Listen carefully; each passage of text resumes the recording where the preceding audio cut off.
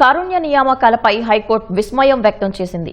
రాష్ట్ర విభజన తర్వాత 20,801 కారుణ్య నియామకాలు జరిగాయని ప్రశ్నించింది. ఒకే కుటుంబం నుంచి మూడో తరానికి చెందిన వారు ఉద్యోగాలు పొందారని పేర్కొంది. తద్వారా నిరుద్యోగుల ఆశల్ని మొగ్గలోనే తుంచేస్తున్నారని వ్యాఖ్యానించింది. నూతన మార్గదర్శకాలు రూపొందించాలంటూ రాష్ట్ర ప్రభుత్వానికి హైకోర్టు ఆదేశాలు జారీ చేసింది.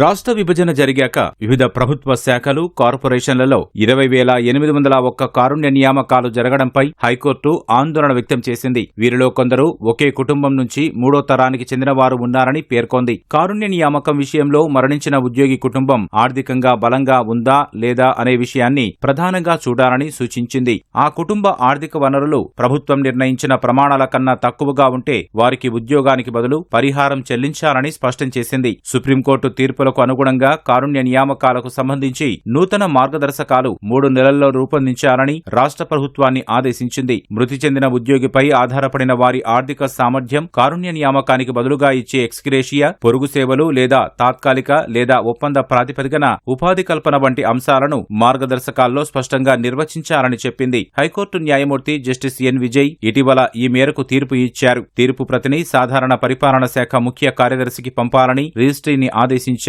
ప్రభుత్వం తీసుకురానున్న కొత్త మార్గదర్శకాలకు అనుగుణంగా పిటిషనర్ అభ్యర్థనను పరిశీలించాలన్నారు. తిరుపతి జిల్లా పెళ్లకూరు మండలం పెన్నేపల్లికి చెందిన పెంచలయ్య గ్రంథాలయ సహాయకారిగా పనిచేస్తూ చనిపోయారు. వివాహితురాలైన ఆయన కుమార్తె సుజన తనకు కారుణ్య నియామకం కింద ఉద్యోగం ఇచ్చేలా అధికారులను ఆదేశించాలని కోరుతూ గతేడాది హైకోర్టును ఆశ్రయించారు. ఈ వ్యాజ్యంపై విచారణ సందర్భంగా వివిధ ప్రభుత్వ శాఖలు, కార్పొరేషన్లు, సొసైటీలు తదితర విభాగాల్లో ఎంతమందిని కారుణ్యం ద్వారా నియమించారో చెప్పాలని సాధారణ పరిపాలన శాఖను న్యాయమూర్తి అడిగారు. ప్రత్యేక సీఎస్ వివరాలు సమర్పిస్తూ రాష్ట్ర విభజన తర్వాత కారుణ్యం కింద 20,801 మంది ఉద్యోగాలు పొందారని తెలిపారు. ఈ వివరాలను పరిగణలోకి తీసుకున్న న్యాయమూర్తి కారుణ్యం కింద జరుగుతున్న నియామకాల సంఖ్య భారీగా ఉందని అభిప్రాయం వ్యక్తం చేశారు. రాష్ట్ర ప్రభుత్వం ఏటా జరిపే నియామకాలతో సమానంగా లేదా అంతకంటే ఎక్కువగా ఇవి ఉన్నాయన్నారు. ఎందరో విద్యావంతులైన యువత ప్రభుత్వ ఉద్యోగాల కోసం ఏళ్ల తరబడి ఎదురు చూస్తుంటే రాష్ట్ర ప్రభుత్వం, ప్రభుత్వ రంగ సంస్థలు నిరుద్యోగ యువత ఆశలను మొగ్గలోనే తుంచివేస్తున్నాయని వ్యాఖ్యానించారు. మృతి చెందిన ఉద్యోగి కుటుంబ సభ్యులపై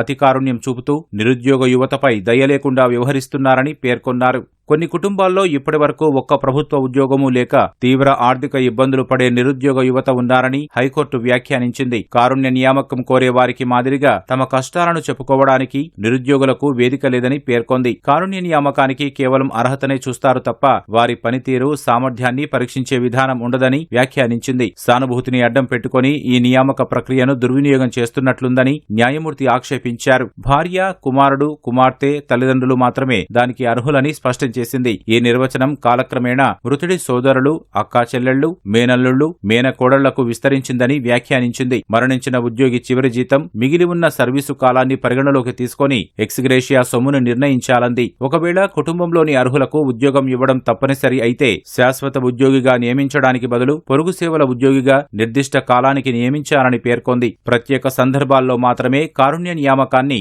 శాశ్వత ప్రాతిపదికన చేపట్టవచ్చని తేల్చి చెప్పింది. ఈ వ్యవహారంలో విచక్షణాధికారాన్ని రాష్ట్ర ప్రభుత్వానికి విడిచిపెడుతున్నట్లు జస్టిస్ విజయ్ తీర్పు చెప్పారు.